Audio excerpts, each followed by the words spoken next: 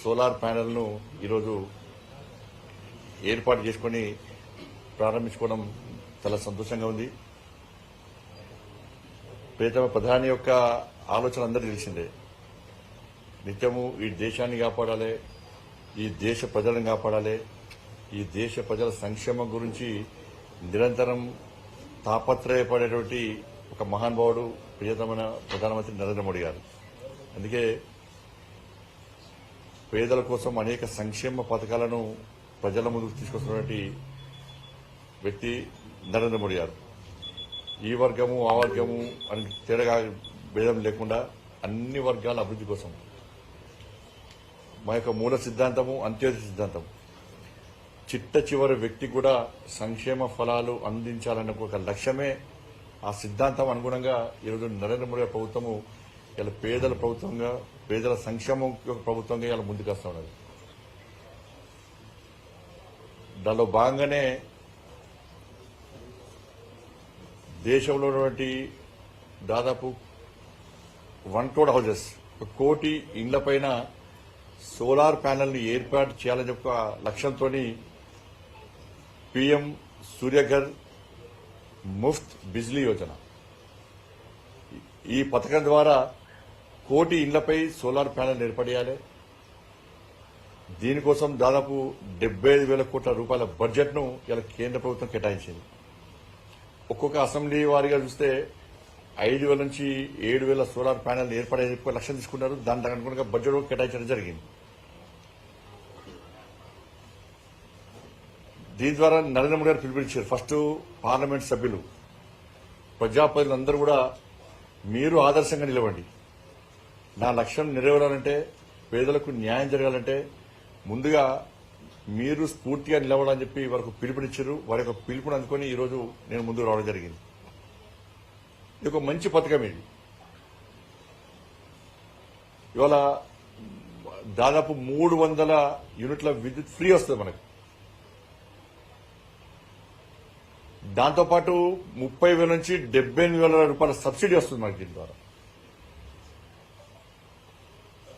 ఇటువంటి పరిస్థితుల్లో ఇవాళ మనం విద్యుత్ మీద ఆధారపడి ఉండకుండా ఈ సోలార్ ప్యానెల్ ఏర్పాటు చేసుకుంటే విద్యుత్ ఆదా అవుతుంది.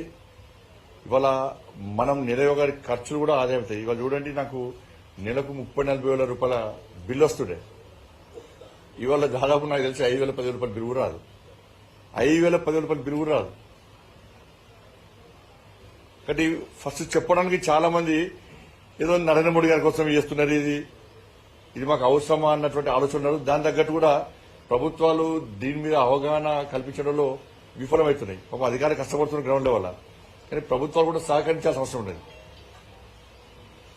నేను గతంలో దిశ మీటింగ్ లో కూడా అధికారులకు సూచన జారీ చేయడం జరిగింది. ఈసారి టార్గెట్ రీచ్ కావాలి. మనం టార్గెట్ రీచ్ కావాలి. ప్రభుత్వం లక్ష్యం అయితే ఇచ్చిందో 5,000 నుంచి 7,000 ప్రతి అసెంబ్లీ వారిగా ఆ టార్గెట్ రీచ్ కావాలని చెప్పి కూడా మనం గత దిశ సమావేశం కూడా మనం నిర్ణయించడం జరిగింది.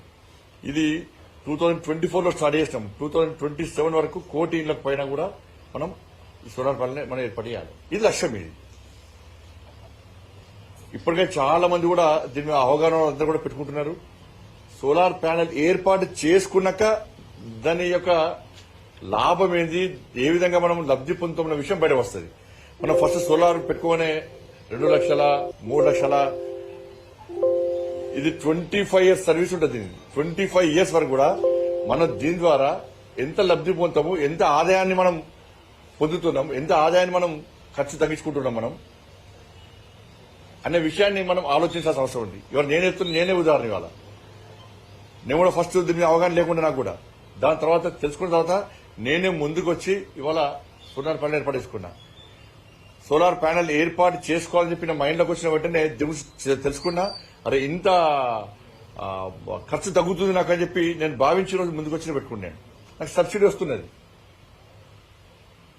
కాబట్టి నేను మా కరీంనగర్లో ఉన్నటువంటి కరీంనగర్ పార్లమెంట్ నియోజకవర్గం ఉన్నటువంటి వార్డు మెంబర్ నుంచి సర్పంచ్ వరకు, కౌన్సిలర్ నుంచి మేయర్ వరకు అందరు కూడా మీరు ముందు రండి.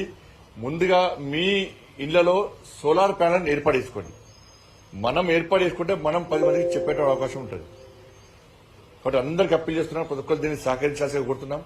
దాంతోపాటు పీఎం కుసుమ్ యోజన కూడా అగ్రికల్చర్ సంబంధించి డీజిల్ పోయడము, ఆ పెద్ద పెద్ద పంపు సెట్లు పెట్టుకోవడము, దీంతో పొల్యూషన్, రకరకాలుగా ఇబ్బందులు వస్తున్నాయి. ఆ టెన్షన్ వాతావరణం అది. కరెంట్ వచ్చినప్పుడు పోయి ప్లగ్ పెట్టాలి, కరెంట్ రాగానే వల్ల పోయి తీసేయాలి.